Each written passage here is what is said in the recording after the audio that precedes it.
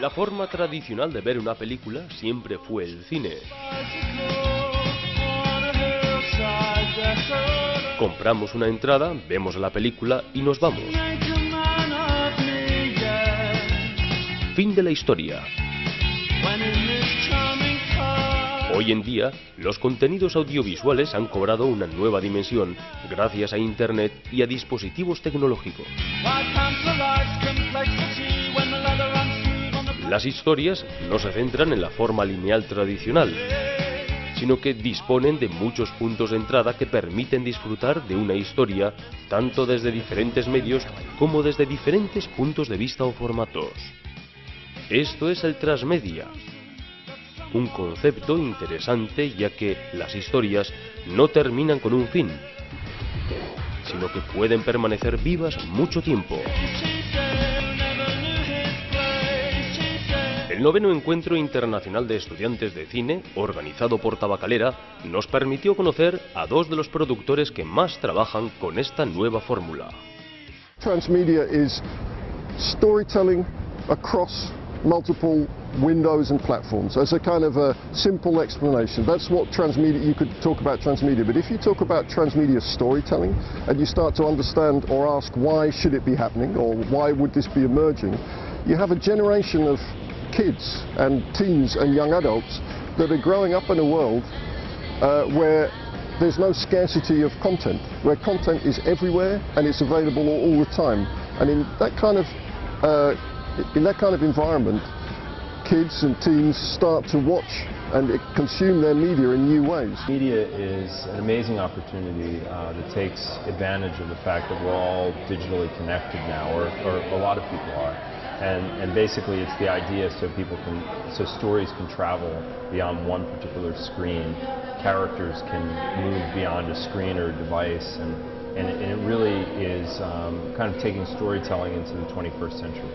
It's allowing people to, it's kind of challenging the role of authorship in terms of stories, and it's also creating opportunities for stories to be limitless. They don't have any bounds anymore.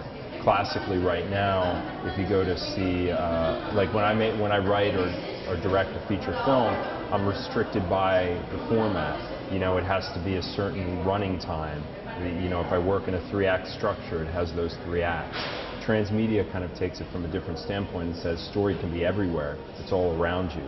In some ways, it's very similar to real life.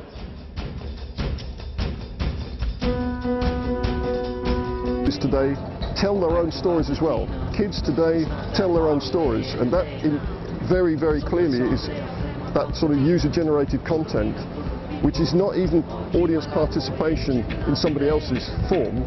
That's a very powerful thing. That shows you that audiences are no longer just passive.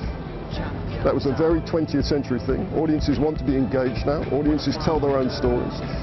And that's part of what we're incorporating into transmedia as well. Heroes, you have a very bold example of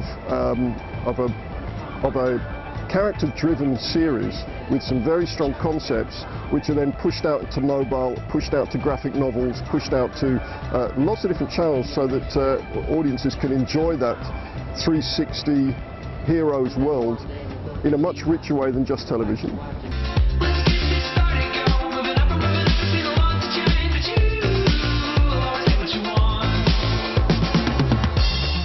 ¿Cómo veis el futuro?